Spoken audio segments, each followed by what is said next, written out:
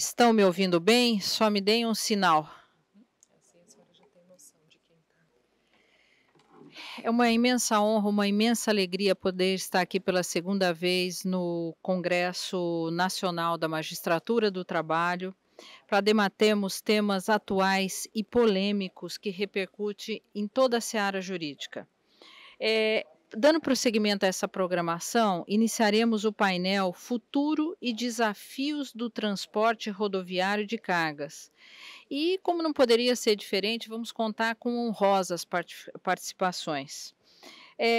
Eu não posso deixar muito rapidamente, até porque o nosso tempo é curto e foi muito difícil negociar com os palestrantes, que a atividade essencial do setor de transporte rodoviário de cargas, tem um destaque econômico enorme na nossa economia.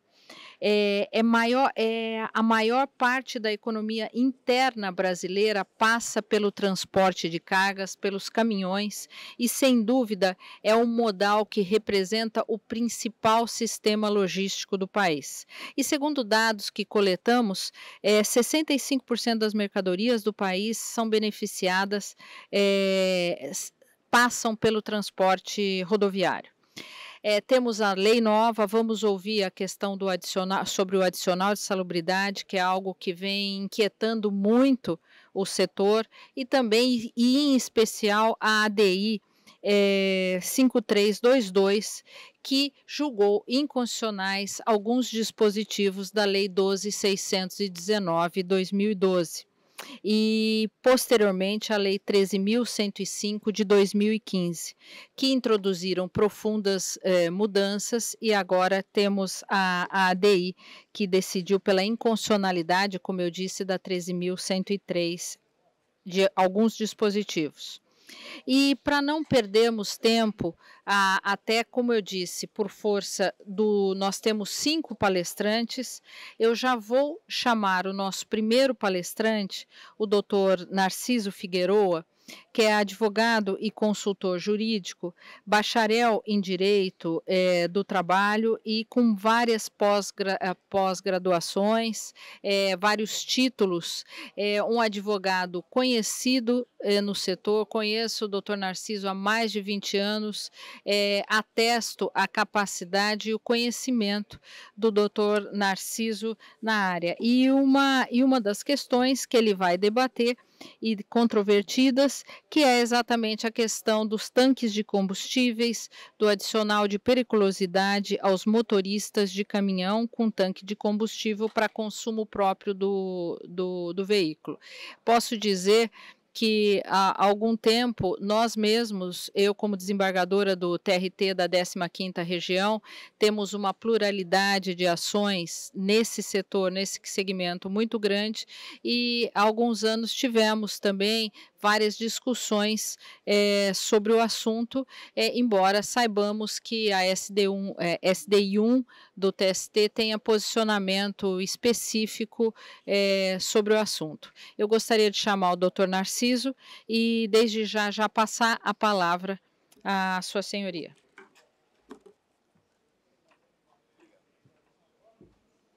Não preciso usar. Aqui o senhor passa para frente. Não tem apresentação. Uma boa tarde a todos. Quero agradecer o convite. Boa tarde a todos. Quero agradecer o convite de participação nesse congresso que me foi feito pelo desembargador Celso Pio. Quero cumprimentar a doutora Pellegrina, Ana Paula Pellegrina, nossa amiga, desembargadora do TRT de Campinas, na pessoa de quem eu cumprimento todos os membros integrantes desse painel. Nós escolhemos um tema que preocupa o setor, o segmento econômico do transporte rodoviário de cargas, que é a discussão em torno da existência ou não da periculosidade em razão da quantidade de inflamáveis contidas nos tanques de combustível para consumo próprio dos veículos. Nós sabemos que o legislador trabalhista adotou o critério do pagamento do adicional, no caso de periculosidade de 30% sobre o salário base, criticado também pela doutrina, o legislador, ao adotar essa forma de compensação. O artigo 193 da CLT é o artigo que trata do enquadramento da periculosidade, também da insalubridade. Também o legislador atribuiu ao Ministério do Trabalho a competência para determinar e regulamentar as atividades perigosas. O artigo 195 da CLT dispõe que a classificação e a caracterização da periculosidade e também da insalubridade ocorre das normas do Ministério do Trabalho, e nós temos jurisprudência pacificada do Tribunal Superior do Trabalho, entendendo que tanto a insalubridade quanto a periculosidade devem sim ser consideradas se a atividade estiver descrita na relação oficial elaborada pelo Ministério do Trabalho. Também adotou-se em saúde e segurança do trabalho o tripartismo na discussão das normas regulamentadoras que decorrem da portaria 3.214/78, através da comissão permanente tripartite, onde são discutidas essas matérias. Isso, a nosso ver, é um modelo que funciona, é um modelo adequado, porque permite que as normas regulamentadoras possam ser atualizadas em decorrência da necessidade. Especificamente em relação ao tema, a NR16, que trata das operações perigosas, dispõe no seu item 16.6 que as operações de transporte de inflamáveis, líquidos ou gasosos liquefeitos, né, em quaisquer vasilhames e a granel, são consideradas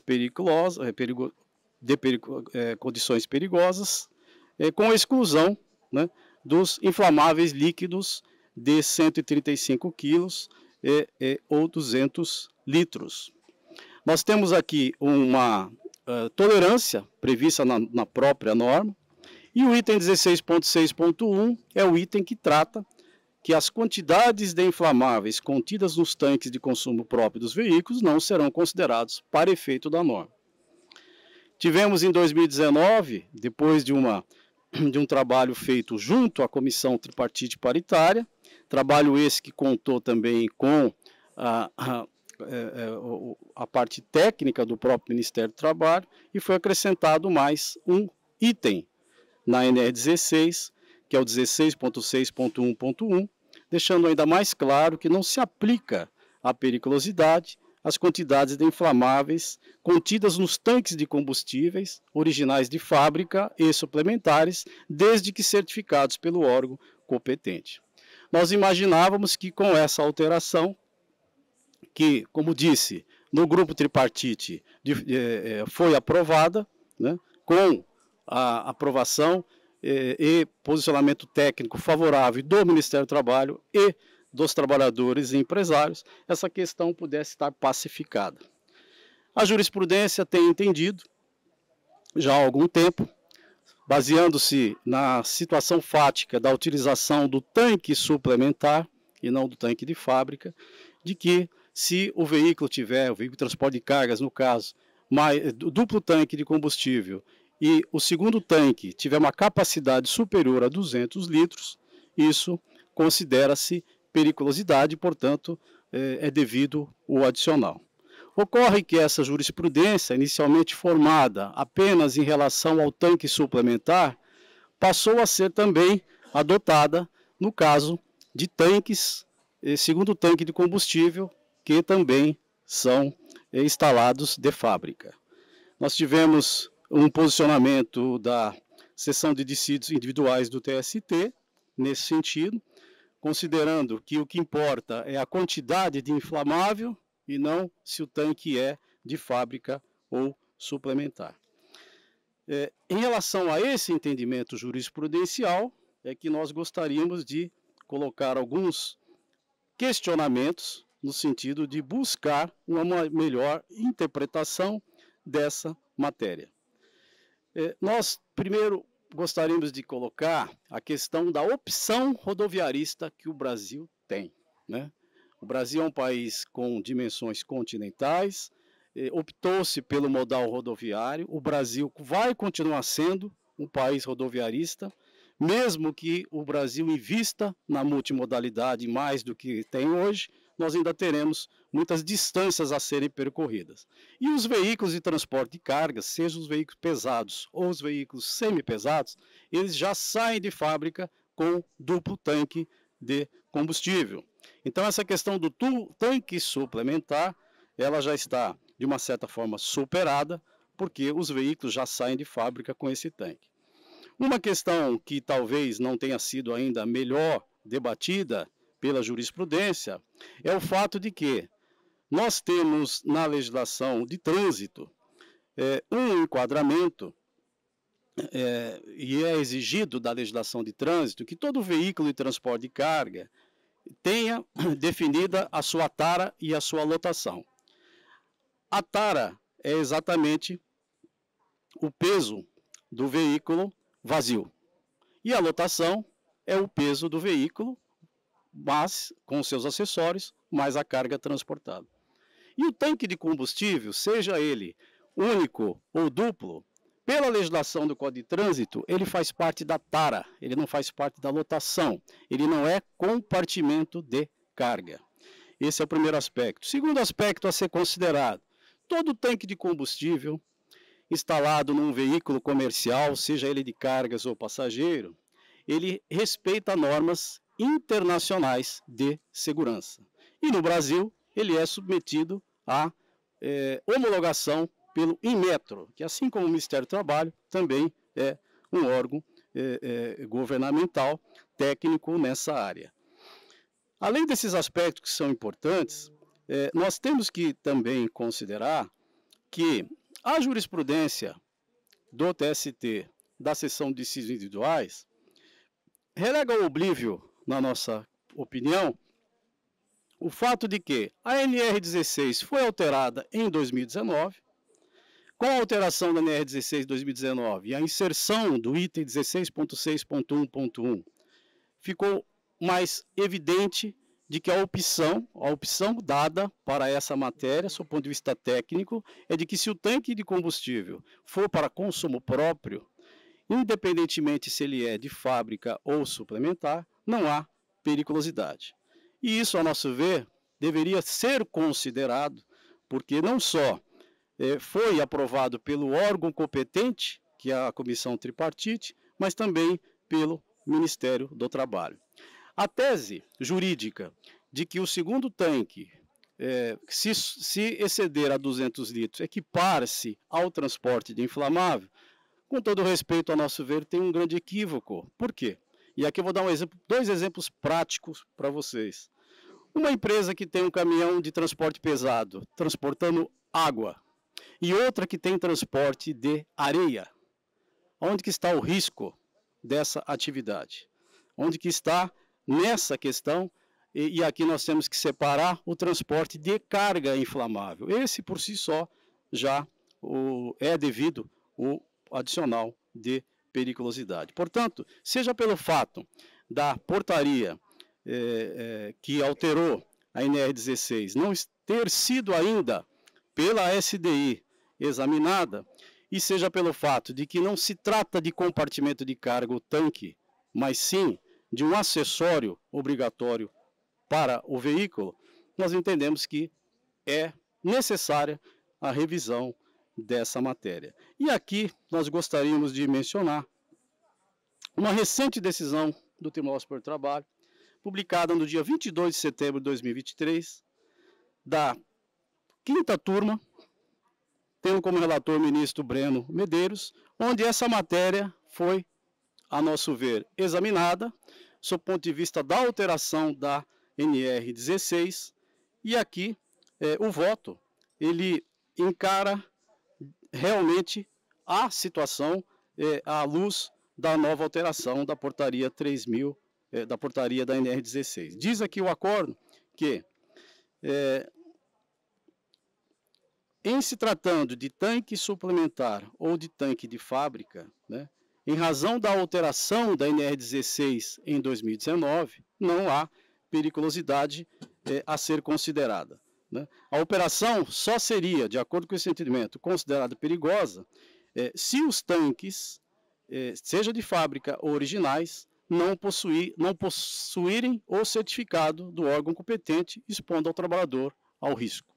Então, essa é uma inovação dentro dessa discussão, na jurisprudência do TST, embora de turma, não é da SDI1, que nós esperamos que possa vir a dar uma nova perspectiva para essa discussão, porque nós não podemos ter uma norma regulamentadora que seja interpretada apenas em parte, que seja interpretada apenas em relação ao limite de quantidade de inflamáveis que possam ser transportados. É uma norma complexa e tem que ter a sua aplicação de forma una.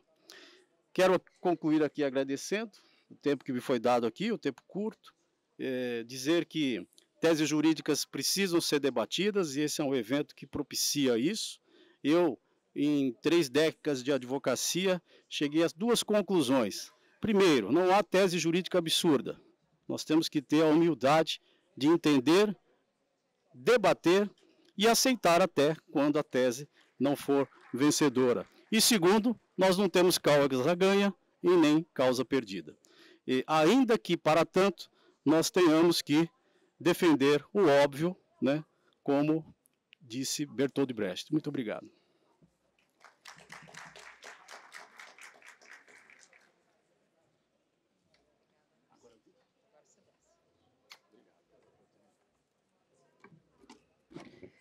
Primeiro palestrante conseguiu regularmente cumprir o tempo. Eu acho que como árbitra desta parte do seminário, pelo menos a primeira eu estou indo bem.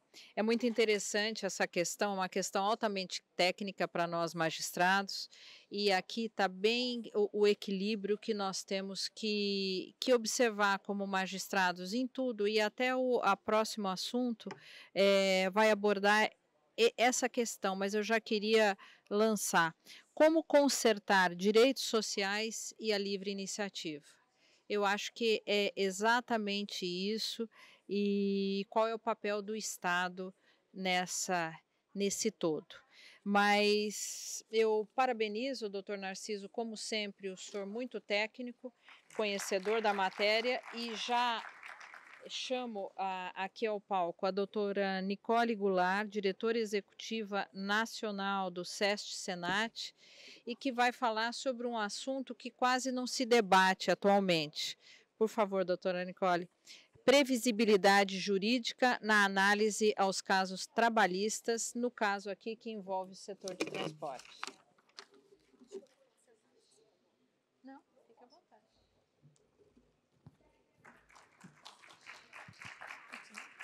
Vocês me ouvem? Sim? Boa tarde a todos.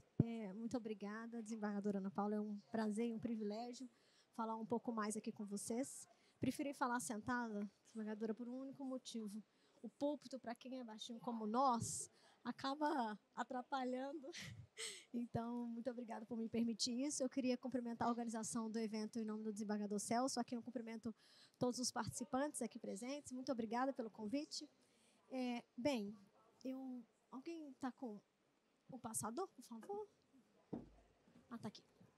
Obrigada, desembargador. Desculpa.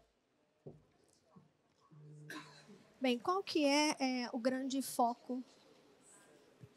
Melhorou? Tá melhor? Pronto, tá. Obrigada. É difícil falar sem a gente se ouvir assim. Qual que é, então, o nosso foco aqui nesse painel, muito brevemente, que é o futuro desafio do transporte rodoviário de cargas? Eu dividi minha apresentação de uma forma simples em 3 eixos. A atuação do sistema de transporte, por que eu estou aqui, os aspectos importantes para a segurança jurídica e quais são os impactos diretos no setor de transporte. Como é que hoje a gente se organiza e por que a gente está aqui? O Narciso comentou, o Narciso hoje faz parte da Federação de Transporte de Cargas de São Paulo. Eu sou diretora nacional do Serviço Social de Aprendizagem do Transporte, Serviço Social do Transporte, Serviço Nacional de Aprendizagem do Transporte. E como é que a gente hoje atua? A CNT é a Confederação Nacional do Transporte, tem hoje aproximadamente 73 entidades filiadas e associadas, e ela é a entidade de representação máxima dos empregadores do Brasil. O SESC-Senat, que é esse o órgão que eu dirijo, é o braço social desembargador, aquele que cuida dos aspectos de saúde e qualidade de vida do trabalhador e da aprendizagem e qualificação profissional. E aí nós temos também o Instituto de Transporte e Logística, que é quem faz a parte de capacitação de altos gestores de alto nível. O que a gente acredita e por que eu trago esse slide inaugural? Porque a gente acredita que é preciso desenvolver os interesses das empresas para desenvolver o próprio setor. Defendemos que não existe empresa forte em setor fraco. É preciso haver uma entidade que represente, inclusive, em debates importantes como esse. A gente, enquanto SESC-Senat, proporciona capacitação, saúde e qualidade de vida para os colaboradores dessas empresas e, obviamente, contribui para o desenvolvimento dessas lideranças do transporte. E aí, eu estou falando um pouco rápido porque o tempo é curto, para o tema que nos trouxe aqui, que é a importância da previsibilidade jurídica na análise dos casos trabalhistas que envolvem o setor de transporte, a gente precisa trazer alguns eixos, né? Quais são os aspectos importantes para essa segurança jurídica? Transparência e integridade, consensualidade e previsibilidade, diálogo e confiança recíproca, eficiência e economicidade, consequencialismo, boa governança, porque a gente tem dito muito lá na Confederação Nacional do Transporte e em debates com os empresários que o Brasil é um país de muitas coisas boas, mas aqui até o passado é incerto. Então, que isso atrapalha a consecução das nossas atividades. E onde a gente traz alguns casos, peguei 4 casos muito rapidamente que impactam diretamente o nosso setor e que foram decisórios para a nossa atuação enquanto empresa. Primeiro um dos itens, afastado da terceirização em contratos de transporte de mercadorias. Esse é um acórdão agora, de 9 de fevereiro de 2023, do ministro Breno, e ele é importante porque ele fortalece a atuação da empresa de transporte de cargas. Hoje, quando uma empresa, e esse é um caso da ArcelorMittal, que é focada em mineração, quando ela opta por não ter frota própria, por não ter empregados, motoristas em seu quadro, e se terceiriza essa atuação por uma empresa de transportadora, o que ela visa é focar no seu business core, e deixar que a empresa de transporte faça o seu papel.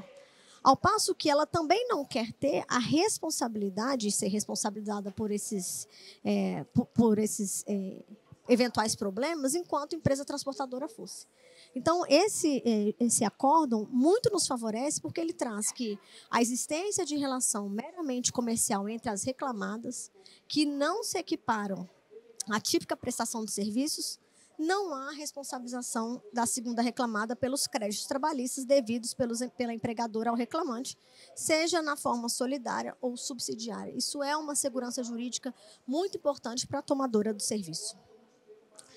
Num outro acórdão, agora de 2020, do ministro Alexandre, que falávamos agora há pouco, que o contrato entre motorista e empresa de logística se enquadra como transporte autônomo de carga, afastando o vínculo empregatício. Falávamos agora um pouco da DEI 5322, que vai ser objeto de análise pelo Frederico e logo em seguida pelo Adilson também, pelo doutor Adilson, a importância de entender os vínculos empregatícios. Temos hoje empregados, motoristas empregados, seletistas, e os motoristas agregados, que são profissionais autônomos.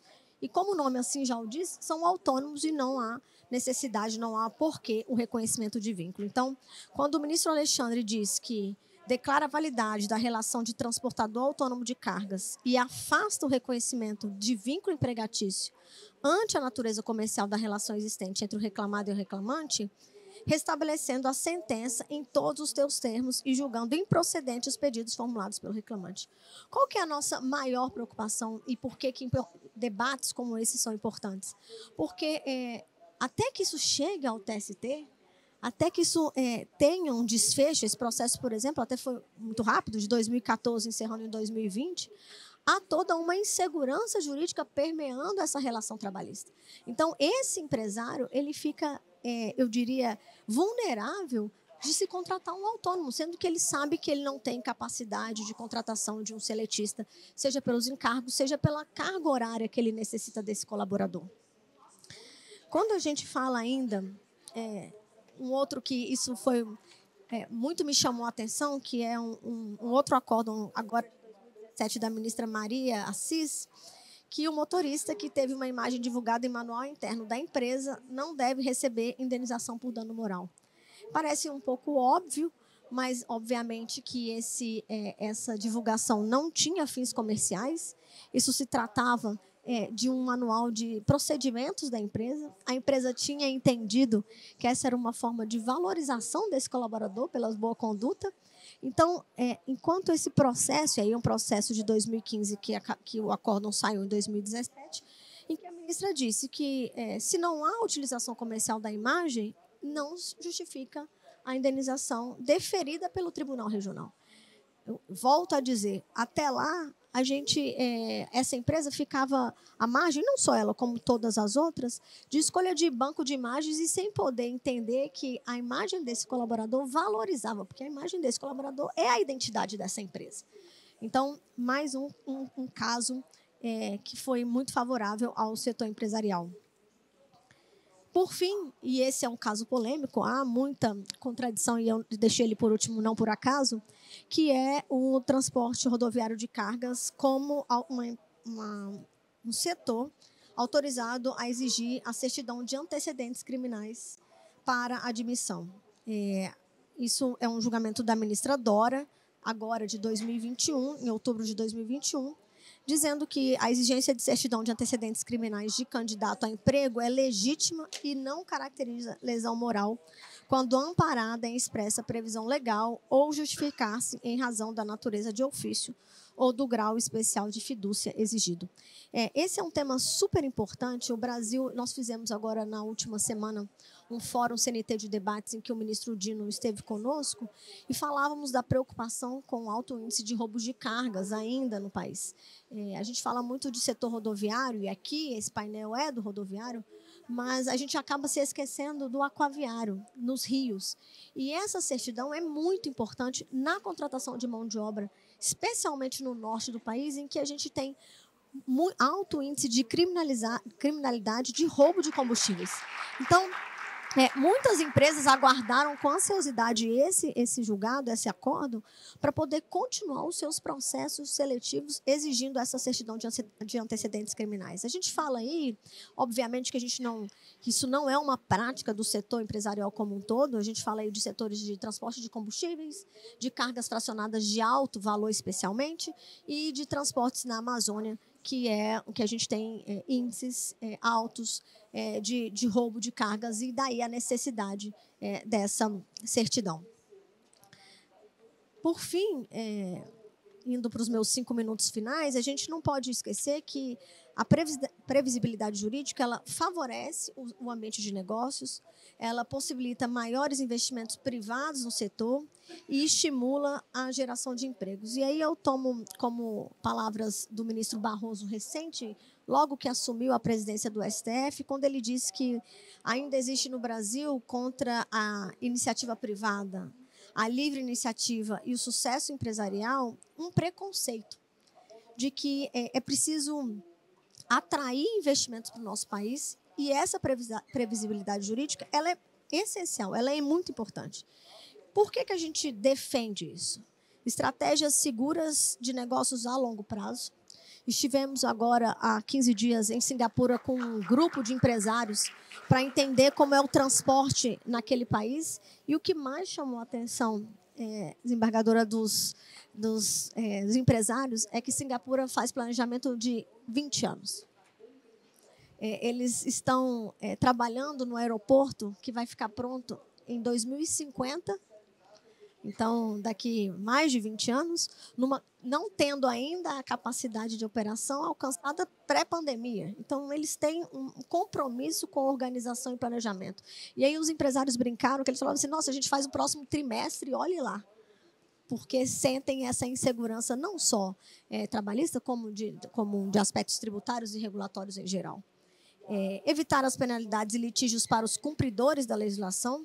A gente acredita que quando o passado ele é mudado, ele desincentiva os cumpridores da lei, ele desincentiva aquele bom empresário, porque ele acaba caindo na vala comum, e a conformidade com regulações específicas do setor. O Narciso falou da NR16, comentava da importância da discussão da insalubridade do tanque de combustível, mas mais do que isso, existe uma norma regulamentadora hoje que trata do assunto, que foi definida em um grupo tripartite, então governo, empregadores e empregados.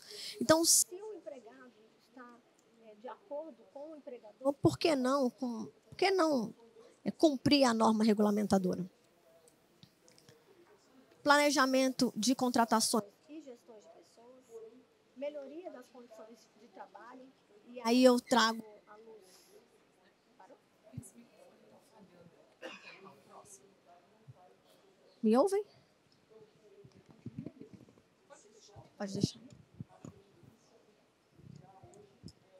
Melhoria das condições de trabalho, e aí eu trago também, antecipando os próximos painelistas, os embargos de declaração que apresentamos na ADI 5322, que comentávamos ali, ministro Alexandre, ministro Douglas, e nós inovamos ao apresentarmos um embargo que a Confederação dos Trabalhadores assinou junto com a Confederação dos Empregadores. Então, isso é um foco naquele que realmente importa, que é a condição de trabalho, que é o trabalhador. Definição mais estratégica para a qualificação profissional, e aí eu trago o papel importante do Serviço Social do Transporte e o Serviço Nacional de Aprendizagem do Transporte. Hoje nós temos um estudo que mapeia todas as principais recorrências nos tribunais regionais e no Tribunal Superior do Trabalho, e a nossa intenção para o próximo ano é lançar um treinamento a essas equipes, aos recursos humanos, de como prevenir litígios trabalhistas, como que a gente pode atuar na prevenção, como que a gente pode ter melhores práticas e condutas dentro das empresas, o maior volume de investimentos, e aí eu diria menor custo Brasil, porque isso acaba impactando na gente, né, beneficiário do serviço. E, por fim, eu trago uma fala do ministro Douglas Alencar, que esteve conosco recentemente, em abril, lá na CNT, no 6º Fórum de Debates, e que ele falou, muito propriamente, que se a gente não tem certeza de que os efeitos dos atos jurídicos que nós praticamos hoje serão preservados no futuro, quem de nós, diante dessa insegurança, seria capaz de investir e adotar compromissos econômicos futuros? Portanto, a segurança jurídica é extremamente importante. Dito isso, desembargador, eu encerro a minha fala, deixo aqui o meu contato, agradeço novamente, tendo cumprido o tempo. Muito obrigada, desembargadora.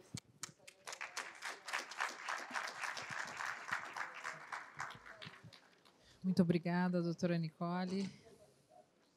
Parabéns pelo trabalho do SEST Senat.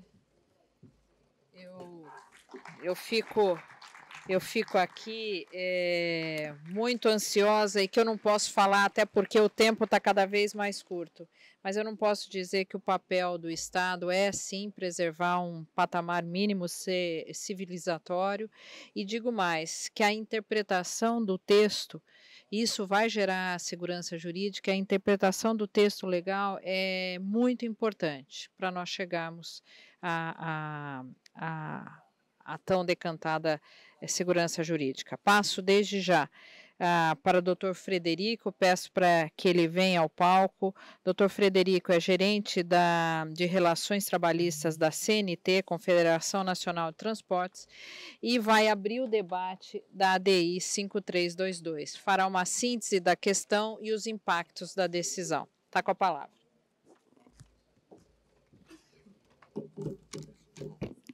Boa tarde a todos. Para mim é um prazer estar participando do 2º Encontro Nacional da Magistratura do Trabalho. Agradeço, na pessoa do Dr. Pio, aí, o convite do ministro Douglas e dele para poder estar aqui compondo. Hoje eu acho que eu vou falar do assunto mais caro para o setor de transporte, e falo do setor de transporte de forma geral, porque como o Dr. Narciso já colocou, ainda que a gente tenha outros 5 modais de transportes, o setor emprega 2,5 milhões de empregos, sendo 1.700.000 no setor rodoviário. A gente tem mais de 103 mil quilômetros de malha terrestre. Então, Hoje, 90% dos passageiros utilizam transporte terrestre e 60% da carga ainda é transporte terrestre. Então, essa ação ela tem um poder de mudar a relação, não só trabalhador e empregador do setor do transporte, mas a forma como a sociedade vai recepcionar esse custo a depender do deslinde da ação, né? Então, eu estou aqui falando sobre a ação direta de constitucionalidade 5322, que fala sobre a lei do motorista. De uma forma muito breve, a lei, a 13.103, ela foi a lei de 2 de março de 2015 e ela dispõe sobre o exercício da profissão do motorista. Observe que em setembro de 2015, ou seja, 6 meses depois, a CNTTT, a Confederação Nacional do Transporte de Trabalhadores de Transporte Terrestre, do qual meu amigo Adilson vai ser o próximo orador, questionou nada mais nada menos do que 20 pontos dessa lei em 6 meses e basicamente buscava ali tá discutindo esses conflitos entre empresários, trabalhadores, sindicatos, Ministério Público do Trabalho, a própria fiscalização do trabalho aqui, a doutora Jaqueline está aqui conosco, e a Justiça do Trabalho. Pois bem, a expectativa era o efeito repristinatório da Lei 12.619 de 2012, por isso se atacou a lei inteira e não se aguardou aí os efeitos socioeconômicos dela para que a gente pudesse verificar de fato o que eventualmente prescindia de judicialização por prejudicar a categoria. O resultado foi que o STF julgou parcialmente procedente a ADI, declarando a constitucionalidade da maior parte dos temas questionados. E a consequência é que a decisão gerou divisões dentro da própria categoria, com motoristas que são, de certo modo, contrário à regulamentação. E eu trago aqui trecho dos embargos de declaração, a qual eu vou falar mais à frente. Buscando apresentar as eu não sei se todos conseguem ouvir o vídeo. Porque a decisão da ADI contemplou, em parte, a busca da autora da ação, que foi a CNTTT, mas também representou algum efeito negativo, ou representará efeitos negativos na vida de vários motoristas em determinadas operações de transporte. O intuito da CNTTT era trazer a lei anterior de volta, era buscar o seu efeito repristinatório, que muitos aqui entendem o que era. Mas não, isso não aconteceu. Então, foram situações pontuais consideradas inconstitucionais, e nem todas, claro. Aqui foi bem destacado também a questão... Eu fiz questão de trazer o vídeo do próprio Adilson, que é a pessoa que vai me suceder aqui na tribuna, por um motivo muito simples, né? Eu, enquanto representante das empresas, não posso falar em nome dos trabalhadores, e eu estava ali falando sobre eventuais efeitos colaterais, e para que fique claro que a gente não está fazendo nenhuma usurpação ou fazendo algo inventivo, a gente traz essa ideia da própria audiência pública que foi feita há um mês atrás, com parte dos painelistas que estão aqui, como o Dr. Narciso e o próprio Dr. Pio. Bom, mas a lei, a gente fala dos 4 pontos que foram inconstitucionais, mas ela também trouxe 16 pontos de constitucionalidade. Isso é muito bom, porque, conforme exposto pela doutora Nicole, isso vai trazer previsibilidade jurídica, segurança jurídica para as partes. Então, os temas que eu ali coloquei de azul, como fracionamento de intervalo para refeição, a flexibilização das condições de trabalho por meio de ACT ou CCT no transporte de cargas vivas, perecíveis, especiais, jornadas de longa distância ou territórios estrangeiros, tempos de direção, remuneração em função da distância percorrida, do tempo de viagem ou da natureza e quantidade de produtos transportados, inclusive mediante oferta de comissão ou qualquer outro tipo de vantagem, são assuntos que tendem a diminuir a sua judicialização, porque a gente passou a conhecer de forma definitiva o entendimento do Supremo. Isso é importante porque nenhum dos temas que foram tidos inconstitucionais foram objetos de embargos de declaração com efeitos infringentes. Ou seja, a parte da constitucionalidade da ADI 5322, ela está, de certo modo, garantida ali a sua segurança jurídica.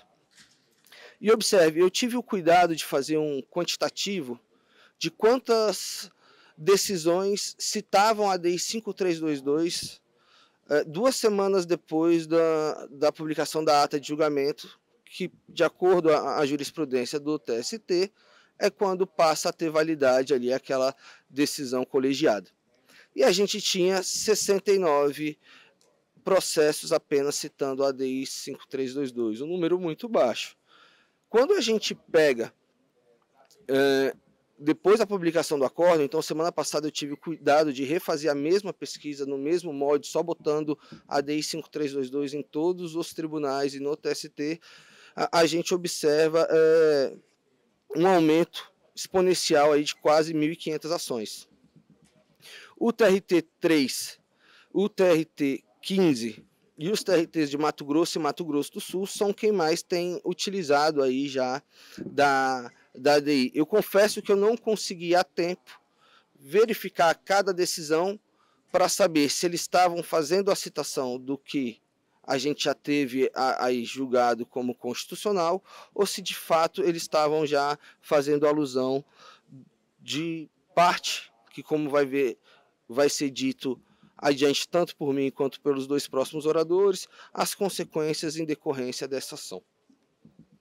Bom, e aqui os 4 temas que foram julgados inconstitucionais, né? O tempo de espera, o fracionamento de 11 horas, o descanso semanal e a dupla de motorista e descanso dentro do veículo. E aqui eu chamo a atenção para um ponto interessante, porque, como vocês viram no vídeo, o objeto a estratégia dos trabalhadores era de fato o efeito repristinatório da lei de 2012. Mas desses 4 temas que foram julgados inconstitucionais, 3 estavam lá. Somente o fracionamento de 11 horas que não estava lá. Era já objeto de outra lei, uma lei, na verdade, do Detran, ok? Mas os outros 3 temas já estavam lá. Então, assim, mesmo que a gente voltasse com a lei de 2012, a gente teria problema sobre essas 3 temáticas que foram tidas inconstitucionais. E aí me parece muito evidente a razão pela qual todo esse transtorno. Uma porque a gente teve uma ação que foi protocolada 6 meses depois da lei passar a ter vigor jurídico, e é um segundo momento porque o Supremo demorou 8 anos para poder julgar a lei. Enquanto isso, as pessoas utilizaram-se da lei por quase uma década. Então, e aqui eu trago algo que na minha visão é inovador, do tempo que eu sou operador do direito, eu nunca vi algo nesse sentido, que é, quem são as partes dentro do processo? A CNTT, a PGR, e a CNT, digamos que é quem faz um trabalho de amicus curiae mais ativo dentro do processo. As demais partes ou são associações que estão vinculadas à confederação a qual eu represento, ou federações e associações que são vinculadas à confederação que o Adilson representa. Então, de forma objetiva, a gente pode dizer que essa tríade representa as partes dentro do processo.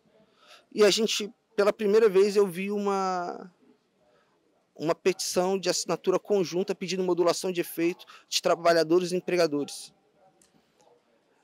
E isso se dá pela maturidade da relação de conseguir compreender que os efeitos socioeconômicos dessa ação jurídica ela pode prejudicar tanto as empresas quanto os trabalhadores. A gente na negociação fala muito do jogo de ganha-ganha, que a negociação boa é que as 2 partes ganham.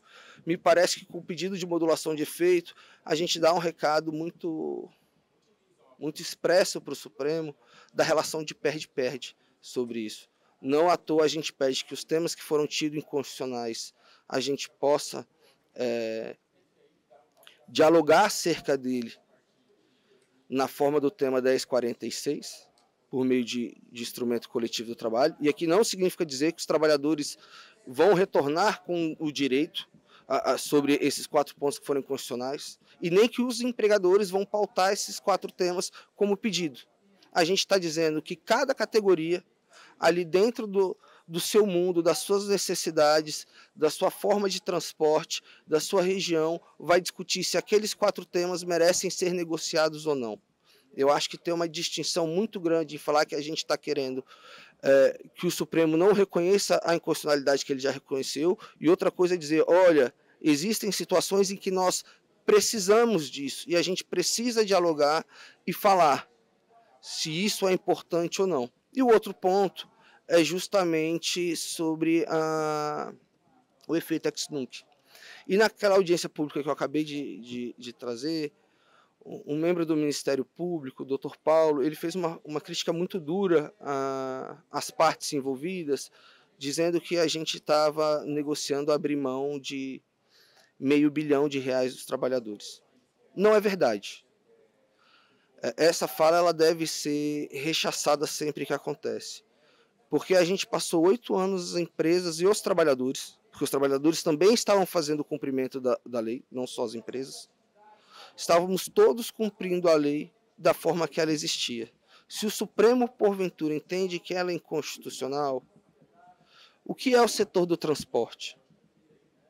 Porque saber do que é o setor do transporte é o que vai dizer se é justo ou se não é justo esse pedido de modulação de efeito. O setor do transporte não é o setor primário como o da agricultura que está produzindo alguma coisa e vai repassar esse custo diante dos novos produtos. Ele não é o setor secundário, o setor de transformação que o industrial vai pegar e vai repassar. Eu tenho um valor de frete que está embutido todos os custos, desde compra do veículo, a pagamento da folha e utilização da gasolina, né, do diesel, na verdade, e repassamos isso para oferir atividade. Aonde que vai ser alocado esse R$500 bilhão de prejuízo? Me parece que algumas pequenas empresas vão ter que quebrar, porque vão ter que vender o seu ativo para fazer o pagamento desse passivo trabalhista que foi criado, em que ela nada contribuiu para isso. E no segundo momento, a gente vai ter empresas maiores que vão deixar de fazer investimentos e vão cobrar muito mais caro. Não à toa os embarcadores, por meio da Confederação Nacional da Indústria, fez um estudo sobre o aumento do frete se a gente não tiver modulação de efeito na ordem de 20% a 30%. Então a gente está falando aqui de inflação na veia, a gente está falando de remédio mais caro, a gente está falando de alimento mais caro, a gente está falando de uma construção mais cara, a gente está falando de tudo mais caro, porque esse recurso vai ser alocado e repassado para toda a sociedade. Bom, aqui, na verdade, eu fiz uma síntese do que eu acabei de explicar no slide anterior, dizendo sobre quem pediu o quê, e aqui eu faço uma alusão à CNI e à BIEC, que também fizeram pedidos, da BIEC igual o da CNT e da CNTTT, a CNI com um pedido um pouco mais ousado, pedindo a modulação do efeito para 2 anos para frente e o efeito ex nunc.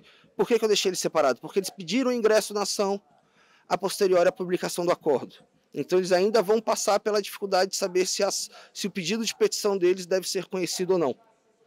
Mas, sem nenhuma dúvida, esses 3 pedidos, o pedido de modulação ex nunc feito de forma unânime e a questão do 1046 feito pelas partes que de fato representam e negociam, é muito forte. E a gente espera e confia que de fato haja, até para que o Adilson possa aqui estar explicando sobre os novos cenários da negociação coletiva.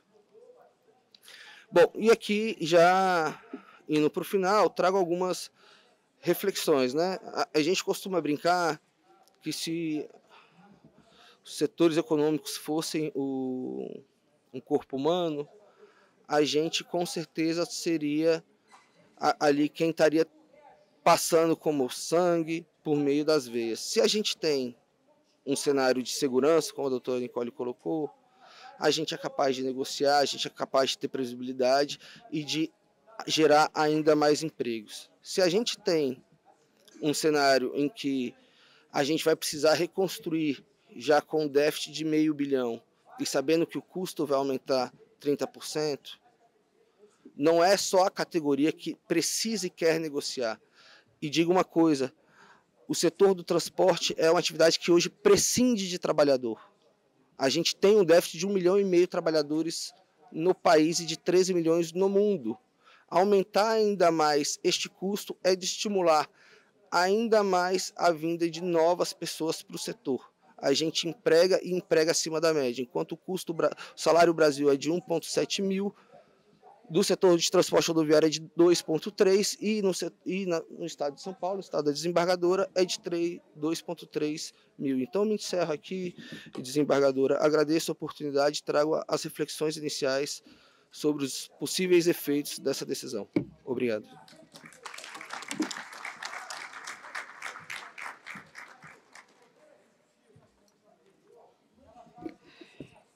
Eu agradeço muito a participação do Dr. Frederico, trazendo as impressões iniciais sobre a ADI 5322, e acho interessante hoje que a gente tem esses trabalhos as pesquisas de jurimetria, porque em tempo real nós conseguimos exatamente levantar uma situação, seja de determinado tribunal, seja do Brasil inteiro. Então, o que eu posso, a princípio, dizer para o senhor, doutor Frederico, é que essas 1.500 decisões que o senhor conseguiu levantar agora, após o julgamento da ADI 5322, certamente devem ser quando os tribunais fazem referência por conta da consequência da decisão. E é muito importante, estava falando agora com a Jaqueline, auditora fiscal, conheci há pouco, da necessidade que realmente, da importância dessa modulação, principalmente para os tribunais. A partir de quando, como nós não tínhamos condições de represar os processos aguardando. Então, e o Brasil, com esse modal, com uma importância tão grande para a economia do país, o número de ações trabalhistas é enorme. E, por força disso, é muito importante que tenhamos essa modulação o mais rápido possível.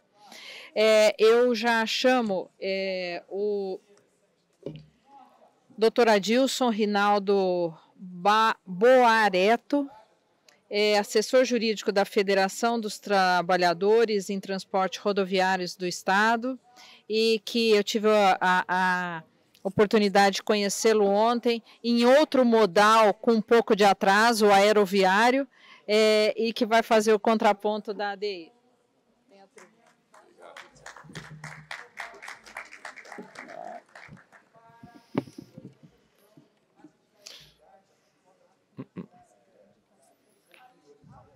Ok.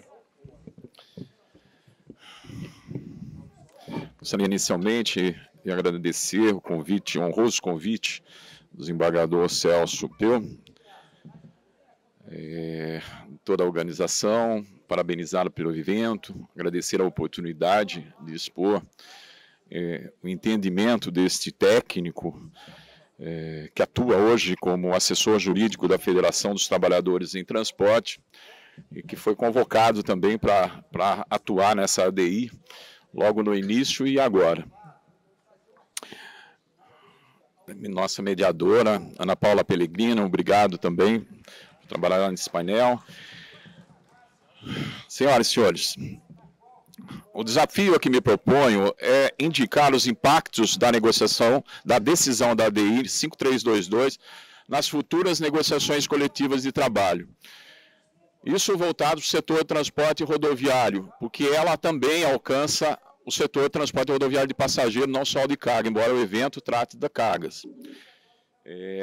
Eu não posso abordar esse tema sem antes fazer uma retrospectiva sobre por que surgiu essa ADI, como ela surge nesse cenário que o doutor Frederico aqui acabou de expor. Não foi simplesmente uma reação, tem uma história por trás disso. A Lei 12.609, onde atuamos, eu aqui, o meu colega doutor Narciso, trabalhamos diretamente para a sua construção, essa lei efetivamente foi um resultado de um encontro de vontades. Não foi o ideal, estava muito longe disso. Desde seu início, o Ministério Público se revelava um tanto quanto desconfortável com alguns aspectos, e aí eu trago resquícios de inconstitucionalidade que já se evidenciavam na época. Todavia, o próprio Ministério Público tinha atuado como mediador na construção desse instrumento. Então, também por ele se responsabilizava. A Lei 12.619, senhores, salvou vidas.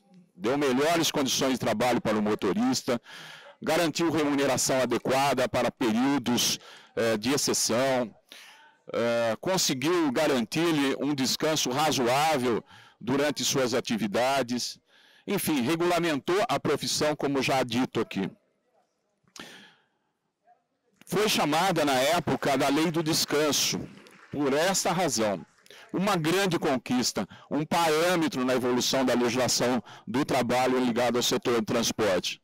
Mas 15 dias depois da sua vigência, do início de sua vigência, houve uma iniciativa de um deputado federal do Rio Grande do Sul, estimulado por setores da economia, principalmente do agronegócio, salvo engano, que apresentou uma nova legislação que buscava revogar parte dos dispositivos legais da Lei 12.619. O diálogo que havia sido construído com a Lei 12.619, da qual os protagonistas principais, CNT e CNTT,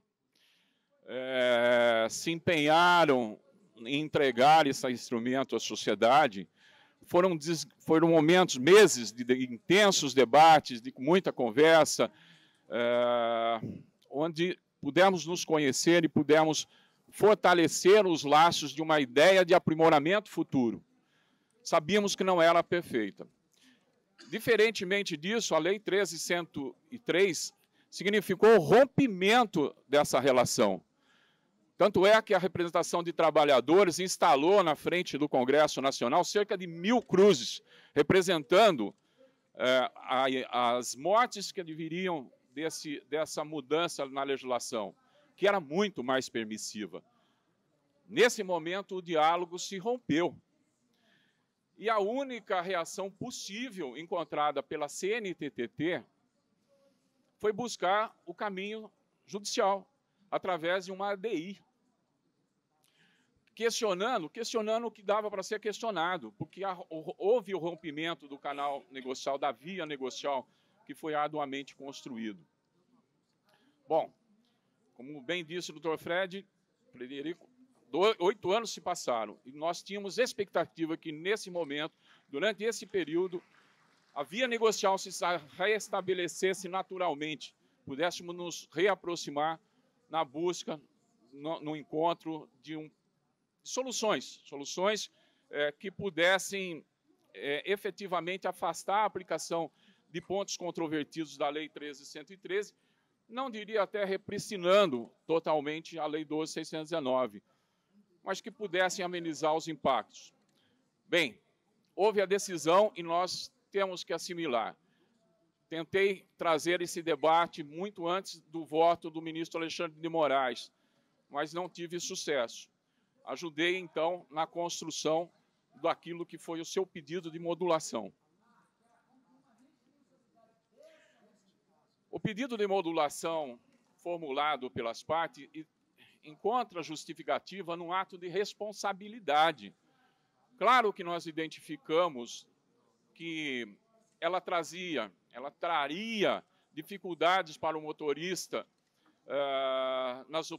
em algumas operações de transporte.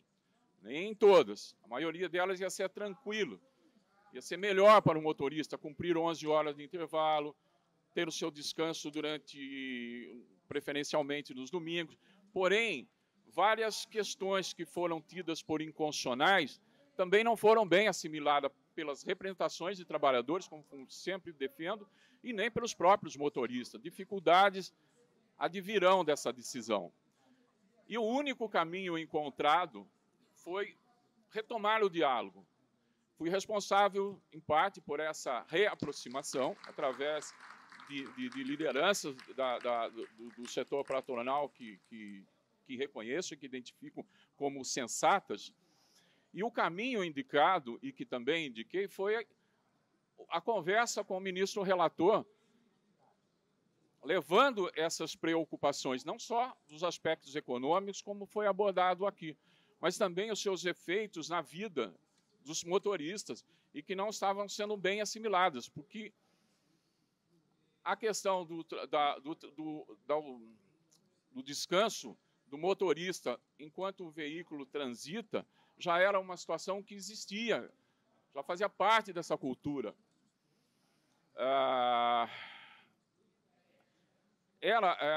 Tínhamos na 12609 garantido que durante 6 horas, num período de 24, esse descanso ocorreria. A 13103 forçou isso, estabeleceu um limite de 72 horas, ficou muito complicado, diria até injustificado. E a 13103 representava uma desconstrução jurídica, claro, que também víamos isso na 12619, mas era resultado de uma negociação. Na 13103 ela foi chamada por vários juristas, inclusive o ministro Augusto César, de aberração jurídica. Então nós tínhamos que entender que ela precisava de uma nova leitura, e essa leitura só dependeria de negociação.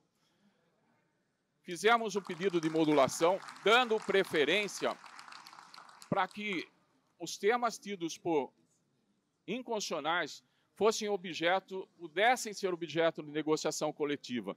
Mas isso não é seguro. Após aprofundar essa análise do que pode ou não ser objeto de negociação coletiva, me dá licença um minuto? Vou precisar um pouco da água. Após aprofundar uma leitura de todos os votos, da jurisprudência da Suprema Corte, do TST, começamos a encontrar situações, desculpe, senhores,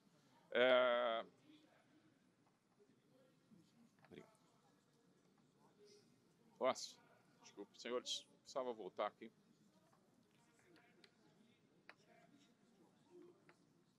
Ok. O que efetivamente podemos imaginar que vamos conseguir trazer para o ambiente negocial nos anos vindouros, em razão dos parâmetros trazidos por essa solução da ADI. A Suprema Corte nos indica que, mesmo na questão da prorrogação das 4 horas extra, que sempre permeiam os acordos coletivos ou convenções coletivas, deve ter seu limite, deve ser entendido como um período de excepcionalidade, e não se tornar matéria corriqueira, matéria ordinária, matéria cotidiana. Então, nós temos agora um novo parâmetro sobre o qual esse direito, essa condição deve ser renegociada. Então, houve um avanço nessa questão, embora tenha tido o constitucional. Outra questão diz respeito ao fracionamento e redução do intervalo intrajornada para o setor transporte coletivo. Muitos, não sei se todos sabem, mas no final de cada linha de ônibus, o motorista para. E esse período de 3, 4, 5 minutos, por vezes, era debitado no seu descanso. Isso não vai ser mais possível, porque a Suprema Corte já definiu que o intervalo mínimo será de 30 minutos. Logo, esse intervalo vai ter que ser incorporado à jornada normal de trabalho, e isso vai ter que ser objeto de negociação. Outros aspectos mais que eu creio que voltará à cena diz respeito ao tempo de espera. Claro que ele foi tido por inconstitucional e a Suprema Corte determinou que ele deve ser remunerado a partir de agora como jornada, incorporado à jornada e remunerado como tal, seja como hora extra, seja como hora normal. Porém, ele foi mantido na legislação. E eu não acho que foi por acaso que o julgador, que a Suprema Corte manteve essa condição, essa previsão legal. Eu acho que nós podemos trabalhar, num futuro, o tempo de espera sobre outras perspectivas, como um período de exceção, eis que, operacionalmente, ele continua existindo. O período que o motorista fica num processo de carga, numa operação de carga e descarga, ou num despacho de aduana, numa operação alfandegária, ele continua sendo classificado como tempo de espera. E daí, nessa condição, mesmo sendo como jornada, ele também pode ser objeto de compensação e daí para frente. Vou correr um pouco mais aqui. Fracionamento do intervalo interjornada de 11 horas, fracionamento do descanso semanal em viagem de longa distância, ambos os dispositivos tratam de uma medida de saúde e segurança do trabalho, que a Suprema Corte entende que, além de inconstitucional o seu fracionamento, sua redução ou até mesmo o seu acúmulo, não pode ser objeto de negociação coletiva. Essa é a jurisprudência que hoje permeia os tribunais. Há um certo entendimento aí de que a acumulação do descanso pode ser objeto de negociação coletiva, mas nós não temos certeza antes de vermos o resultado da modulação. Temos também o caso do repouso do motorista com o veículo em movimento. E, como já disse aqui, houve uma mudança expressiva da Lei 12.619 para a Lei 13.103. Temos que aguardar a modulação, porque também se trata de uma medida de saúde, higiene e segurança do trabalho, que tem um agasalho constitucional, então não pode se sujeitar, em princípio, à vontade das partes. Mas, como bem foi justificado aqui, isso é uma necessidade a partir de agora. Nós corremos o risco de prejudicarmos aquele que queremos proteger, que é o próprio motorista. Vamos tentar avançar com isso, vamos buscar outros caminhos. Eu vejo nessa solução indicada pelo ministro Gilmar Mendes, nesse apontamento que ele faz em razão, quando definem o tema 1046, de que efetivamente dispositivos legais podem prever exceções. E nós estamos, então, que começar a construir um dispositivo legal. Eu tenho sugerido essas 3 medidas. Inicialmente, um pacto para que das duas entidades maiores possam trazer limites para as futuras negociações coletivas, evitando excessos e atropelos.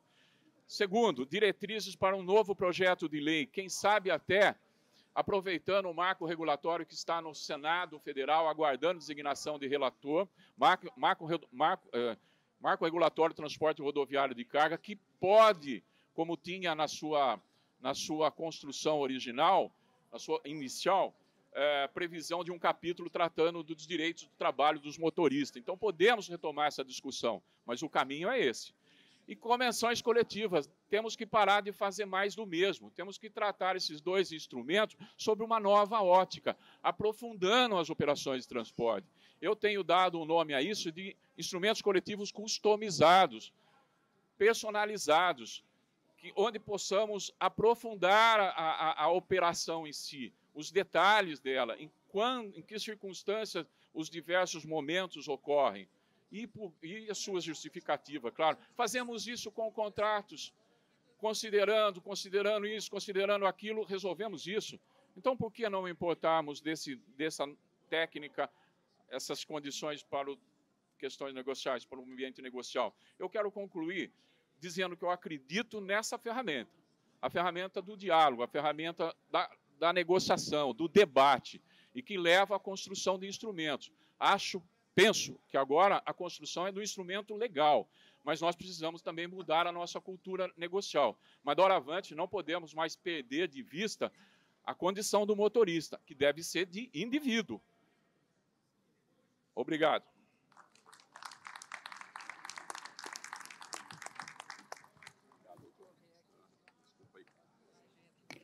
Muito obrigada, doutora Dilson. É muito importante a visão de quem está ali na lida diária, como a gente diz de uma forma muito popular, a importância da negociação coletiva. Já peço para vir ao palco o doutor Silvio Nicoletti, gerente jurídico da JBS, que finalizará o nosso painel abordando também a ADI 5322, mas num aspecto mais supranacional.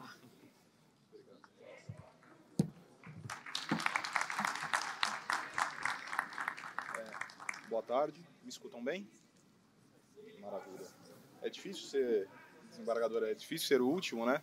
Porque, por um lado, há o risco de repetição, mas pelo menos eu me apoio no ombro de gigantes, já dizia Isaac Newton, né? Mas, por demais, já agradecendo o convite do Dr. Celso Bill, de Vossa Excelência Ana Lockman, que aqui me convidou também para estar nesse painel, e dos painelistas que comigo dividiram esse palco. Agradeço também por demais as pessoas do Dr. Ricardo Ferreira, diretor da JBS, Adriano Ribeiro e Francisco de Assis. Tentarei ser o mais breve possível, conciso, então vamos à frente aqui no painel.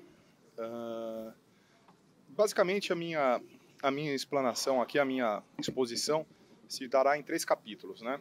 Rapidamente sobre o trâmite legislativo, já pegando aqui a onda do meu antecessor, um confronto intermodal e uma palhinha sobre o direito comparado e as consequências e a importância da modulação. Começando, né? Eu acho importante, não vou me estender muito, mas eu acho importante trazer a questão que a lei 13.103, de qualquer forma, vigeu por 8 anos, né? Então, é importante a gente ter em mente que o empresariado, ele precificou o frete de acordo com os parâmetros que a lei nos dava, especialmente a dimensão de frota, a dimensão de headcount e todos os parâmetros de intervalo e de custo dessa operação. Os trabalhadores, numa pesquisa da própria CNT aqui do nosso colega Frederico, eles experimentaram um aumento da sua remuneração e do maior tempo com a família. Uma lei que foi gestada no Poder Legislativo, sancionada pelo Poder Executivo e que o próprio Poder Judiciário, através da Justiça Especializada do Trabalho, e eu aqui trago o Tribunal Regional da 15ª Região de Vossa Excelência, que julgou aspectos da legislação especializada dos motoristas e julgou como constitucionais artigos que depois foram tidos como inconstitucionais pelo Supremo Tribunal. Trago aqui a arguição de constitucionalidade 80.10.98, em que o pleno do TRT-15 entendeu como constitucional o tempo de espera, tanto em razão da sua dissociação do tempo de direção, quanto da sua remuneração à base de 30%. E houve sim uma tramitação legislativa, discordo aqui um pouco do meu colega antecessor, que a Lei 13.103, ela passou pela Câmara dos Deputados, vou usar a Câmara dos Deputados apenas como exemplo, né? Teve o Senado ainda, mas só na Câmara dos Deputados foram mais de 49 tramitações, passou por 3 comissões, tá? De Aviação e Transporte, de Trabalho, de Constituição e Justiça, e 11 sessões plenárias. E assim seguiu para a sanção presidencial, onde o que acabou ocorrendo. Mas vamos focar aqui um pouco numa parte um pouco diferente, né? Eu gostaria de começar aqui com um comparativo intermodal. Todos os aspectos, os 4 aspectos que meu colega Frederico aqui bem colocou, tidos como inconstitucionais pela Suprema Corte Brasileira, são análogas aos outros institutos que existem em outros modais de transporte. Não exatamente, mas de forma parecida. Diria, por exemplo, o que é o tempo de espera do motorista rodoviário? Nada mais é do que um instituto análogo à prontidão ferroviária, que existe desde o texto original da CLT, no seu artigo 244, que prevê uma remuneração diferenciada quando o maquinista não está efetivamente ali conduzindo a locomotiva. Do mesmo jeito que o tempo de espera, quando o motorista não está dirigindo, não está em tempo de direção. Existe aqui a questão da reserva aeronáutica, que a nossa colega que veio aqui no modal aeroviário, a doutora Alana da Azul, também a gente estava conversando ali fora, também diz, o tempo de reserva aeronáutica, de forma análoga ao tempo de espera, ele não compõe o tempo de voo. Então, veja, o tempo de espera é um amálgama desses 2 institutos e são tidos por constitucionais, né? Quando a gente fala de cumulação de DSR, nós temos os petroleiros embarcados nas plataformas marítimas, nós temos o pessoal de marinha mercante que também cumula os DSRs. Quando nós falamos do intervalo interjornada, né, que o Supremo Tribunal Federal diz que 11 horas é o tempo mínimo ali de jornada, de descanso interjornada, porém os jornalistas, também texto original da CLT, é de 10 horas. Quer dizer, texto original da CLT passou pela Constituição de 37, de 46, de 67, de 88, sempre tido por constitucional. Marinha Mercante vai além, não apenas permite o fracionamento, como permite até a supressão no intervalo interjornada. E o descanso embarcado, que existe também para os aeroviários e até para a Marinha Mercante. Ponto interessante, né? O Supremo Tribunal Federal disse que o problema do descanso embarcado dos motoristas rodoviários é que as estradas são esburacadas. Para o aeroviário nós temos turbulências, para a Marinha Mercante nós temos o mar revolto. Mas o que também é muito legal, que a doutora Alana me chamou a atenção, é que para o aeroviário, às vezes o descanso embarcado se dá na poltrona que melhor reclina, quer dizer, não se compara com o caminhão-leito que nós temos aqui para os motoristas. Eu gostaria de passar agora para um comparativo, na verdade, internacional, trazer aí o que os nossos concorrentes globais estão fazendo, né, o que estão trazendo aí, que aumenta o nosso custo Brasil. começar aqui pelos Estados Unidos por alguns motivos. Primeiro motivo, os Estados Unidos ainda é o maior PIB do mundo, né? A China está crescendo, mas os Estados Unidos ainda é o maior PIB. Dos países do G7, os Estados Unidos é aquele que tem a maior participação do modal rodoviário de carga. 43% de todas as cargas dos Estados Unidos ainda seguem por caminhões, né? Ao contrário de Europa, China, Japão, que é bem diferenciado. E para aqueles que dizem que os Estados Unidos não serve como base de comparação, porque é um país sem lei trabalhista, eu digo que os Estados Unidos é um país de common law, a proteção ao trabalhador é um pouco diferenciada e recomendo a leitura desse livro, O Mito Estados Unidos, do juiz da primeira região, o Dr. John Renda, que tem essa explicação fantástica aí sobre como funciona o direito trabalhista americano. De forma muito resumida aqui, ali está a parte da fonte legislativa, é um ato do Poder Executivo que regula o transporte rodoviário de cargas. Os Estados Unidos permite o tempo de espera, dissociado do tempo de jornada. Os Estados Unidos permitem o fracionamento da interjornada, inclusive a partir da 7ª hora, permite a acumulação do DSR através de acordo coletivo. Se não houver acordo coletivo, existe ali uma compensação de semana espanhola e permite o descanso embarcado. Indo aqui para a Europa, né, que é o nosso norte, tanto em direito civil como em direito do trabalho, não existe uma previsão de tempo de espera, mas estamos falando de uma jornada legal de 56 horas semanais. Permite o fracionamento do interjornada, permite a acumulação do DSR e permite sim o descanso embarcado, desde que seja uma viagem internacional dentro ali do espaço de Schengen. Vou falar rapidamente aqui dos nossos vizinhos do Mercosul, que são importantes não apenas por estarmos no mesmo bloco econômico, doutora, mas também pelo fato de esses caminhoneiros estarem trafegando em nossas estradas, seguindo essa regulamentação que é tão diferenciada da nossa. A Argentina, por exemplo, sequer existe legislação sobre o trabalho dos motoristas. É um convênio nacional, significa dizer, é uma grande convenção coletiva intersindical, né, entre trabalhadores e empregadores.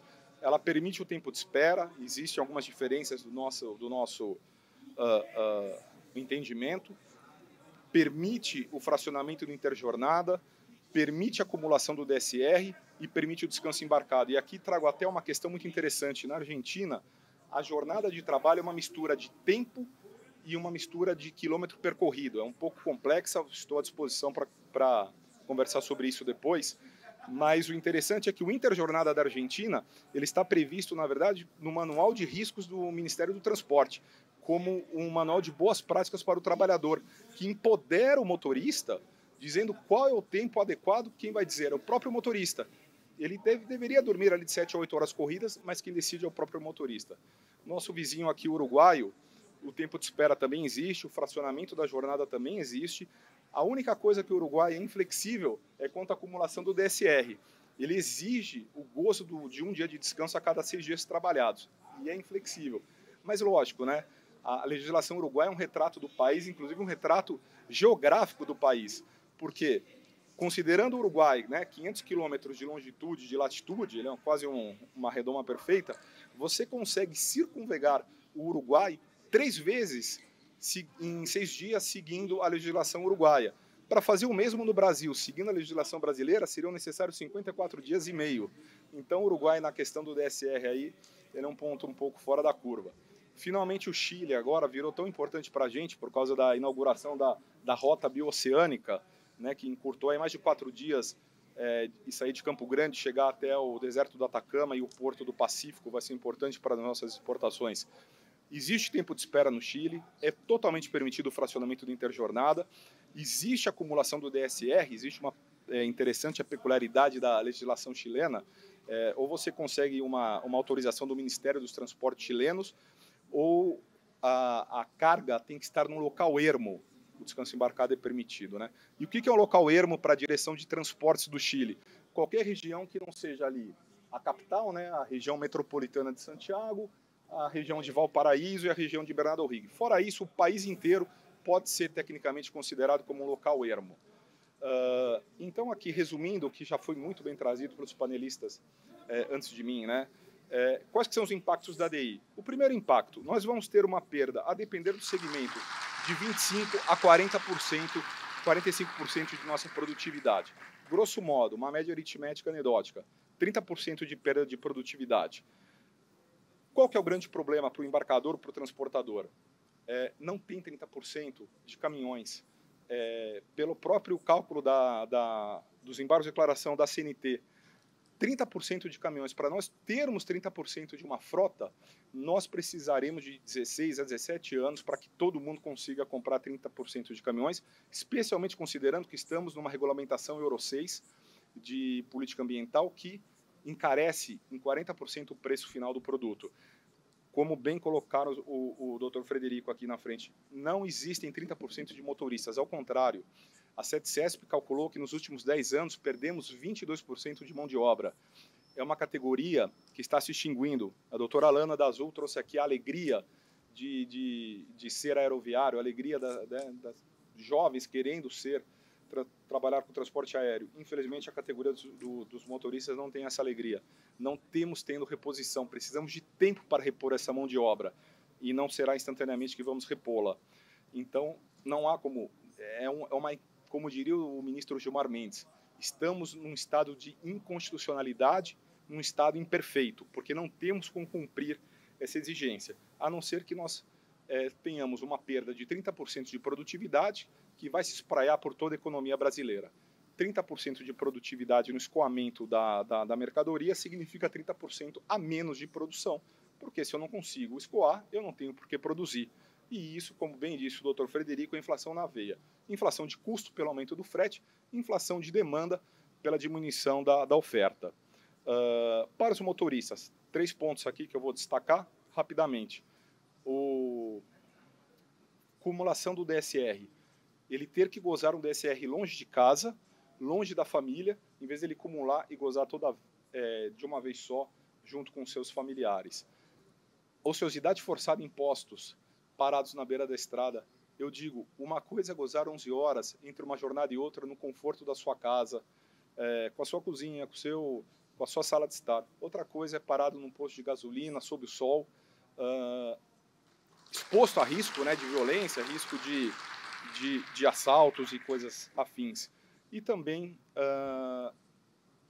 tido por constitucional, o prêmio quilometragem, o que acontece? Ele vai produzir menos, ele vai rodar menos, e ele vai ter menos gozo aí do prêmio quilometragem, que é tão importante para a remuneração dos motoristas, até maior do que o próprio salário fixo, tá? E aqui, para ilustrar tudo isso, assim, de forma bem resumida, até para quebrar um pouco aqui a seriedade, eu trago aqui, peço licença, doutora, para trazer um videozinho, uma animação gráfica, né? Lúdica, que não é destinada assim, a um público tão seleto quanto vossas senhorias, mas que traz aí, desenha tudo isso que nós estamos falando, que é a questão aí da vida dos motoristas. E lembrando que 30% de aumento de perda de produtividade, eu tenho que ter 30% de aumento de frota, 30% a mais de trânsito, 30% a mais de possibilidade de acidentes e 30% de impacto ambiental, o que significa, sendo o modal rodoviário de cargas brasileiro o maior poluente hoje, né, em CO2, eu vou ter que poluir o equivalente a uma Islândia só para manter a nossa produtividade. Mas peço licença aqui para entrar no...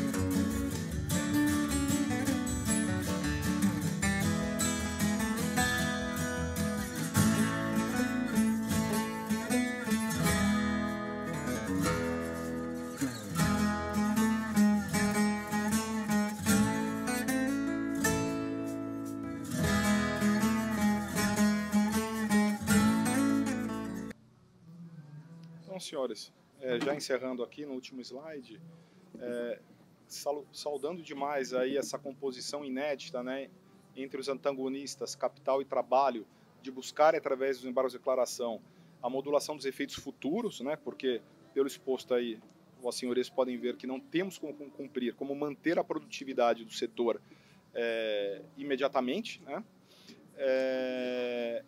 e lembrando também o seguinte, né, a importância do tema 1046 aqui para a negociação, para mantermos aí, pelo menos mitigarmos aí o efeito imediato do resultado da SADI 5322. Era isso que eu queria trazer de forma mais rápida possível, para não estourar tanto tempo, né, desembargadora, e agradecendo novamente a paciência de vossas senhorias. Obrigado. Obrigado, desembargadora.